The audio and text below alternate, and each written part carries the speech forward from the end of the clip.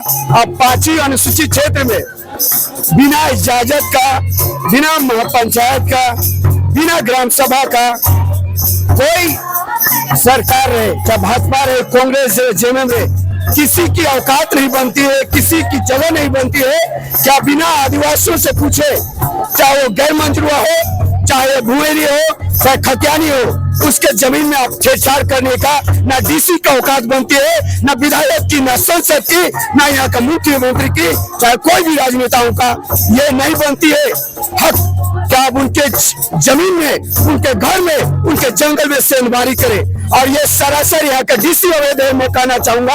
और उनकी यहाँ की बनाई हुई ये बिल्डिंग, चाहे ये ब्रिज, सारे अवैध है, मैं कहना चाहूंगा। क्योंकि 5वीं अनुसूचित क्षेत्र में आपका कोई भी शक्तियां लागू नहीं होती है। मैं राजेश कश्यप जी का बयान सुन रहा था कि आप मुआवजा पहले बचाइए, केंद्रीय स्थल बाद में बचाइए। फिर और एक बार बोलते हैं कि 90% काम हो गया है, आप कहाँ थे?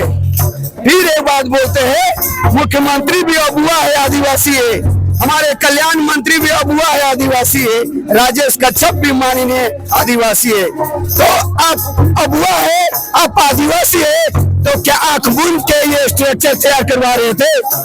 क्या आंख मूंद के अब स्ट्रक्चर का ये निर्माण का योजना बना रहे थे? आप एक तरफ बोलते हैं हम अब हुआ है, आदिवासी है, हमारी संस्कृति यही है, और दूसरी तरफ बोलते हो तुम लोग कहाँ सो रहे थे? आप कौन है? क्या आप समाज नहीं है? क्या आपकी संस्कृति नहीं है? क्या आपके धर्म नहीं है? आप किस धर्म के आते हैं? आप किस संस्था से आते हैं? आप कौन से कौम से आते हैं? कौन समाज से आते हैं? आप खुद बोलते हैं हम आदिवासी है, मेरी संस्कृति सरना है, मेरी अस्तित्व यही है, तो आप बोलते हैं कि ये लोग कहाँ से हुए थे? आपको हम पद में आपको शक्तियां दिए हैं, हम प्रतिनिधि बनाए समाज की ओर से, तो आप बोलते हैं आदिवासी कहाँ से हुए थे और आप कहाँ से हुए थे? जब ये स्ट्रक्चर बन रहा था, योजना बन रहा था, तो आप कहाँ से हुए थे? जब आप हमारे समाज के बोलते हैं कि हम आपके समाज के हैं, तो आपका उत्तरदायित्व नहीं बनता है कि हम आदिवासियों का ये संरक्षण, धर्म, मसना, हर गली को संरक्षित कैसे किया जाए? आपको क्या बुद्धि नहीं है? क्या आपका योजना नहीं है? क्या उत्तरदायित्व नहीं बनता है? मैं यही कहना चाहूंगा, यदि आप हमारे समाज के नहीं है तो 5वीं अनुसूची में घुसने का आपका हक नहीं है।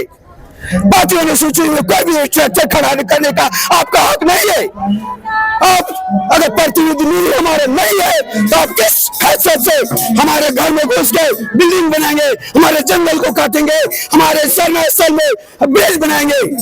यदि आप हमारे समाज के नहीं है तो किस हैसियत से 5वीं अनुसूचित क्षेत्र में आप ये योजना ला रहे हैं?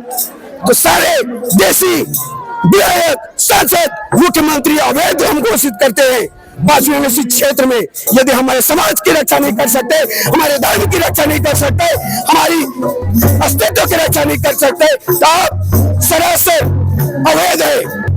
देखिए 2023 के अनुसार ऊपर रैम था, लेकिन अब किस मजबूरी में हमारे अब सरकार ने रैम को नीचे उतार दिया। ठीक है, आपकी क्या मजबूरी रही है वो आप समझिए, लेकिन हमारे ये धर्म स्थल, हमारा आने वाली पीढ़ी के लिए अस्तित्व ये है हमारा, तो हम अपनी प्राण देने तक इसे हम बचाएंगे। आप हो सके हमारे प्राण ले लीजिए, आप हमारी छाती से आप ये ब्रिज को ले जाइए, लेकिन हम अपने प्राण देने तक हम यहाँ पे ब्रिज को हटाने के लिए हम अनशन करेंगे, महाधरना करेंगे, और जब तक आप झुकेंगे रहे तब तक हम लगे रहेंगे अपने धर्म की रक्षा के लिए, आने वाले पीढ़ी के लिए, ताकि हम उसे ये संकुचित हो रही जो जगह उसे बचा के उसे सुरक्षित सौंप सके। क्योंकि कार्तिक बाबा का संघर्ष से ये बचाया हुआ ये जगह है, और हम अपने अगुओं के लिए, अपने पूर्वजों के लिए, अपने धर्म माँ के लिए अपनी प्राण देने तक हम संघर्षशील रहेंगे।